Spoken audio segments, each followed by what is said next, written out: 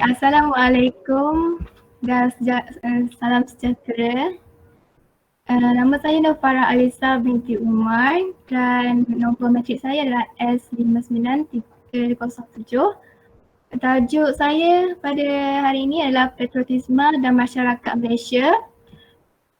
Isu bagaimana perpaduan kaum dapat mengekalkan kedaulatan negara. Sebagaimana yang kita tahu, Malaysia adalah negara yang mempunyai pelbagai kaum yang menyebabkan majoritinya Melayu, India, Cina dan sebagainya. Pada masa kini terdapat banyak artikel yang dikeluarkan untuk bagaimana untuk cara memupuk perpaduan, pesan perpaduan kepada negara. Tapi fokus saya pada hari ini adalah bagaimana perpaduan itu dapat mengekalkan kedaulatan negara. Okey, dari pertama sekali saya nak rumuskan, saya akan ceritakan secara ringkas bagaimana perpaduan itu dapat menjamin kedaulatan negara. Yang pertama adalah pengenalan. Pengenalan kepada etnik yang lain. Di mana kepada seseorang yang tidak mempunyai kontak yang rapat dengan kaum lain. Sebagai contohnya, saya seorang pelajar yang belajar di sebuah sekolah harian yang biasa. Yang di mana sekolah tersebut tiada kaum lain selain kaum saya. Dan seterusnya saya berhijrah ke alam kolej di mana saya berjumpa ramai orang yang berlainan bangsa, berlainan kaum maksudnya. Di situlah saya dapat kenal kaum lain dan mempunyai interaksi yang lebih rapat. Dan seterusnya persefahaman. Persefahaman ini saya lebih tumpu pada mengenal dengan lebih mendalam dan menerima budaya oleh etnik yang lain. Sebagai contohnya, saya bagi contoh kolej, pelajar kolej, kita duduk dalam satu komuniti yang besar, maka ada pelbagai aktiviti yang melibatkan kaum. Sebagai contohnya pesta tanglung, pesta naksyatra. Dengan melibatkan diri dalam aktiviti ini, kita dapat mengenal dengan lebih mendalam dan seterusnya menerima budaya tersebut. Ini tidak bermakna kita boleh mengabaikan budaya itu sendiri, tapi ini adalah secara ringkasnya adalah merupakan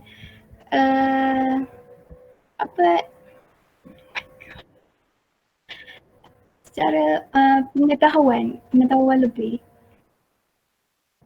Sebenarnya bila ada persefahaman, maka terjalinlah hubungan antara etnik yang semakin rapat. Yang menyebabkan terdapatnya sikap toleransi, tolong menolong, dan hubungan etnik inilah akan menambahkan keharmonian dalam satu komuniti. Dan seterusnya, keharmonian ini akan melahirkan rasa cinta akan negara. Tapi bagaimana rasa cinta itu akan dilahirkan? Kenapa dikaitkan dengan keharmonian? Ini kerana apabila terdapatnya keharmonian, ada rasa untuk mengekalkan keharmonian tersebut dengan perpaduan, dengan meneruskan perpaduan antara kaum. Maka rasa cinta itu akan meningkat kepada negara. Seterusnya, apabila negara itu harmoni, hubungan antara kaum itu harmoni, maka ia menjamin kestabilan politik. Kerana tiada ketidaksefahaman, tiada rusuhan, tiada tiada kebalahan antara kaum.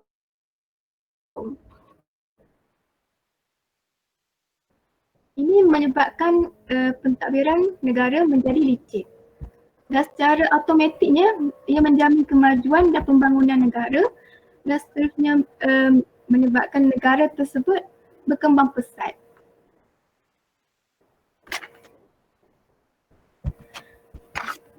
Bukan perpaduan adalah asas pembentukan sebuah negara yang berdaulat. Cara kesimpulannya, kedaulatan sebuah negara itu adalah bergantung kepada warganya yang bersatu padu. Tanpa perpaduan, sebuah negara itu tidak dapat jadi sebuah negara yang berdaulat. Ya, terima kasih.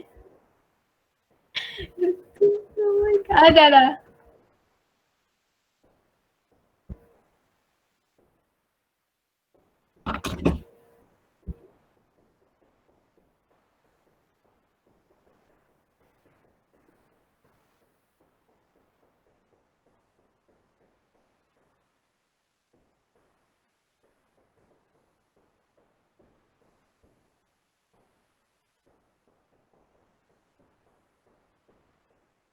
Oh,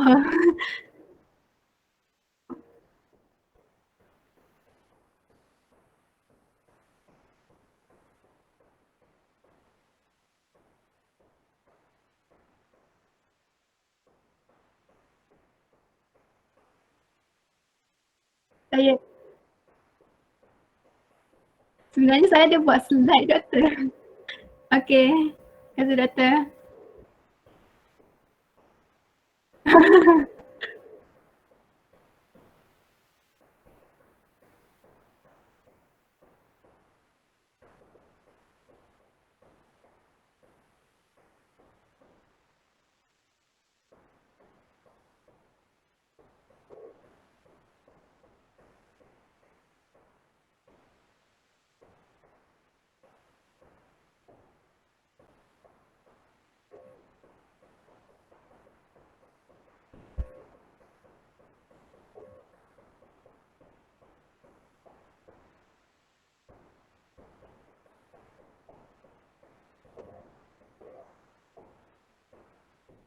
Okey.